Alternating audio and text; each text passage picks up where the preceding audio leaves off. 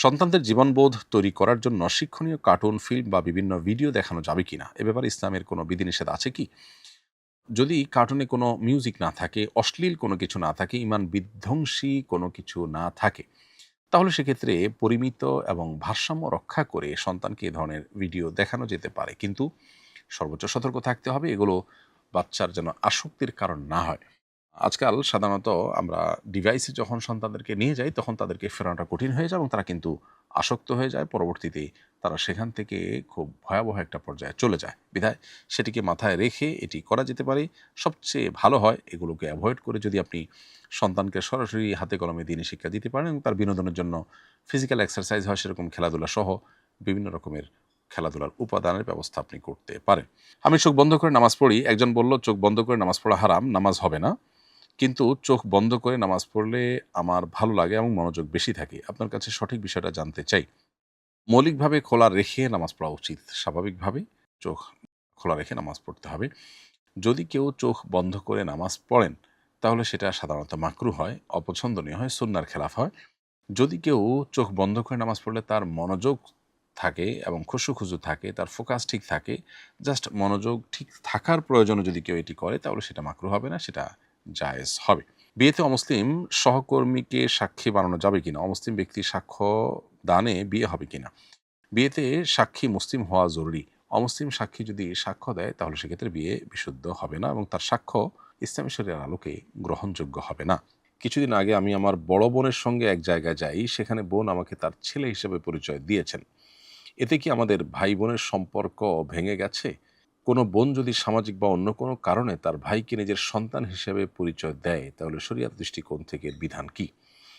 কোনো বোন যদি তার ভাইকে নিজের সন্তান বলে পরিচয় দেন কিংবা ভাই যদি বড় বোনকে মা হিসেবে পরিচয় দেন কোথাও, তাহলে এর ফলে ভাই বা বোনের সম্পর্কে কোনো ছেদ পড়বে না বা সম্পর্ক নষ্ট হবে না, ভাঙবে না। তবে এরকমটি করা জঘন্য অপরাধ এবং মিথ্যা কথা। যেহেতু আপনার বোন আপনার মা নন, অতএব তিনি আপনাকে সন্তান হিসাবে, ছেলে হিসাবে পরিচয় করে দিয়ে মিথ্যা কথা বলেছেন এবং এর ফলে একটি কবিরা গুনাহ হয়েছে। সেজন্য আল্লাহর কাছে তওবায়ে নাসুহা করা উচিত।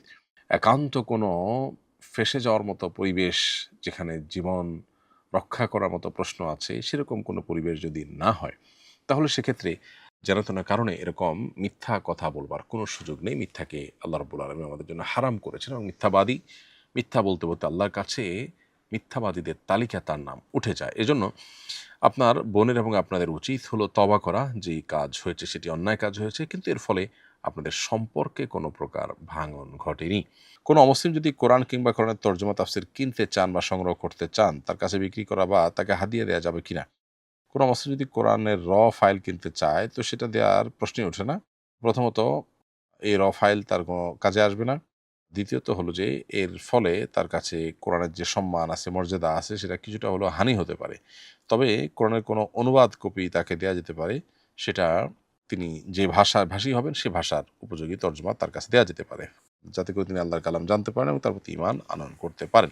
তো এইজন্য কোরআনে কারিমের তর্জমা বা অনুবাদ গ্রন্থ এটা অমুসলিমদেরকে দেয়া যেতে পারে। বিশেষ করে তারা যখন পড়তে আগ্রহী হবেন মনে হয় তখন। সেটা দেয়াতে কোনো অসুবিধা নেই। রুকু সিজদায় গেলে আমার মাথা ব্যথা হয়। আমি কি বসে ইশারা করে নামাজ পড়তে পারবো? আপনি রুকু সিজদায় গেলে যদি মাথা ব্যথার পরিমাণটা এত বেশি হয় যেটা কোনোভাবে সহনীয় নয়, বরং অসহনীয় পর্যায়ের কষ্ট যদি হয়, তাহলে সেক্ষেত্রে আপনি বসে নামাজ পড়তে পারবেন। আর যদি সহনীয় হয় তাহলে আপনাকে রুকু সিজদা করেই নামাজ পড়তে হবে। কারণ রুকু সিজদা করাটাকে আল্লাহ তাআলা ফরজ করে দিয়েছেন। বিধায় ফরজ বিধানকে বাদ দেওয়ার সুযোগ নেই, বরং যতটুকু সম্ভব সেটি আদায় করতে হবে। হ্যাঁ, যদি মনে হয় যে আপনি অপারগ, ওইটা করতে গেলে আপনি কোনো স্থায়ী রোগে পড়ে যাবেন, অনেক বেশি কষ্টের মুখোমুখি হবেন, তাহলে সেক্ষেত্রে আপনি বসে ইশারায় নামাজ পড়তে পারবেন। তো আমার স্ত্রী একদিন বলেছেন, নামাজ ভালো বিধান, কিন্তু পর্দা তেমন ভালো বিধান নয়। পরে সিরিয়াসলি আমি তার মন্তব্যের ব্যাপারে জানতে চাইলে বলেছে এটা সে এমনিই মজা করে বলেছে। মজা করে বলা কথা কি ঈমান নষ্টের কারণ হয়? যদি হয়ে যায় তাহলে আমাদের সম্পর্কের কি হবে? অনুগ্রহ করে সমাধান জানাবেন। শেষ থেকে শুরু করি। যদি স্বামী-স্ত্রীর মধ্যে কেউ একজন এমন কোনো কাজ করেন, কথা বলেন বা বিশ্বাস স্থাপন করেন যেটির ফলে তিনি ইসলাম থেকে খারিজ হয়ে গেছেন, তাহলে সেক্ষেত্রে স্বামী-স্ত্রীর মধ্যে আর দাম্পত্য সম্পর্ক থাকে না যদি অপরজন মুসলমান হয়ে থাকেন। কারণ মুসলিম স্বামী-স্ত্রীর মধ্যে কেউ যদি অমুসলিম হয়ে যায়, সাথে, সাথে তাদের মধ্যে সম্পর্ক বিচ্ছেদ ঘটে যায়।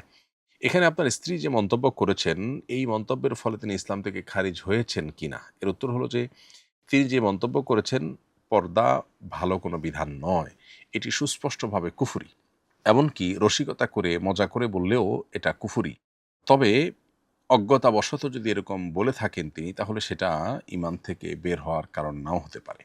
তারপরও সতর্কতামূলকভাবে আপনারা স্বামী-স্ত্রী উভয়ে আপনাদের বিবাহটাকে পুনরায় নবায়ন করে নেবেন। দুজন সাক্ষ্যের সামনে প্রস্তাব এবং সম্মতি থাকবে এবং কিছুটা মহান নির্ধারণ থাকবে। তাতে আপনাদের বিবাহ নবায়ন হয়ে যাবে। এর জন্য ঘটা করে কোনো আনুষ্ঠানিকতার প্রয়োজন নেই।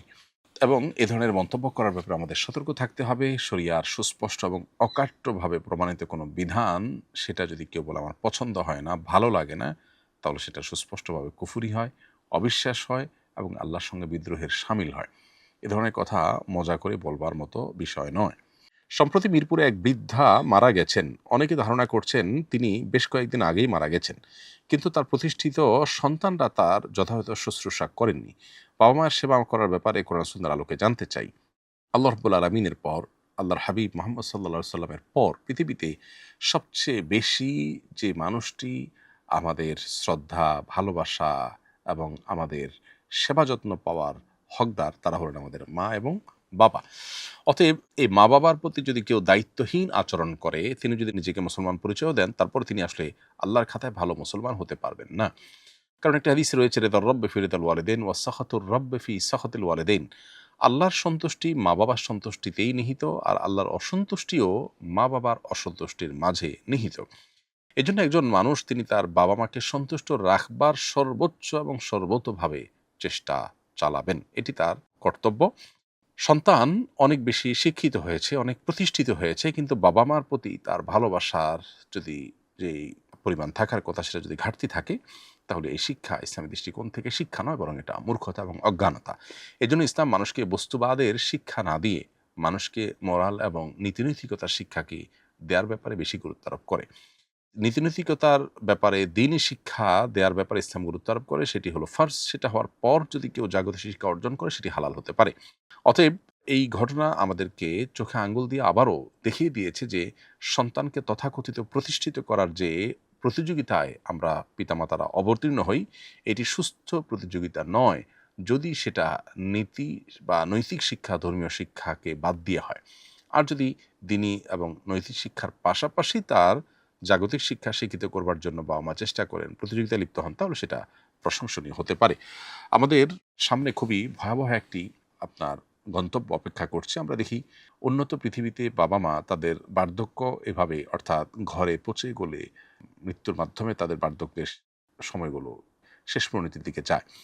তো আমরা যদি সেটা না চাই, তাহলে সেক্ষেত্রে আমাদেরকে দ্বীন এবং ইসলাম ধারণ করতে হবে। পশ্চিমাদের অনেক ভালো জিনিস আছে, সেগুলো আমরা গ্রহণ করতে পারি, কিন্তু তাদের এই ফ্যামিলি কালচার সহ যে সমস্ত বিষয়গুলোর করুণ পরিণতি তারা নিজেরাই ভোগ করছে, সেগুলো আমাদের সমাজে আমদানি করা, এটা আত্মাহুতি ছাড়া আর কিছুই নয়। এজন্য আমাদের সমাজে যে সামাজিক সৌন্দর্য আছে, আমাদের ধর্মীয় মূল্যবোধ যেটির চর্চা আমাদের সমাজে আছে এখনো পর্যন্ত, সেটি যদি থাকে, তাহলে আমরা পারিবারিকভাবে সুখে থাকবো, শান্তিতে থাকবো। আর পারিবারিকভাবে যে সুখে না, তার সুখ পৃথিবীতে কোথাও নেই। এজন্য উন্নত দুনিয়াতে আমরা দেখি তাদের সুখের সব উপকরণ থাকলেও তারা সুখী নয়। বেশিরভাগ মানুষই কিন্তু দুঃখী এবং ডিপ্রেসড। 2030-এর পর বিশ্ব স্বাস্থ্য সংস্থার তথ্য অনুযায়ী পৃথিবীর সবচেয়ে বড় রোগের নাম হবে ডিপ্রেশন, অর্থাৎ বেশিরভাগ মানুষ, বেশিরভাগ রোগী এই রোগের রোগীই হবে। সেজন্য আমাদের উচিত দ্বীনি এবং নৈতিক শিক্ষার ব্যাপারে গুরুত্ব আরোপ করা, সন্তানদেরকে সে শিক্ষা দেওয়া যাতে করে তারা বাবা মাকে নিজের জীবনের চাইতে বেশি ভালোবাসেন এবং তার বাবা মার চাইতে বেশি আপন আর কেউ যেন না হয়।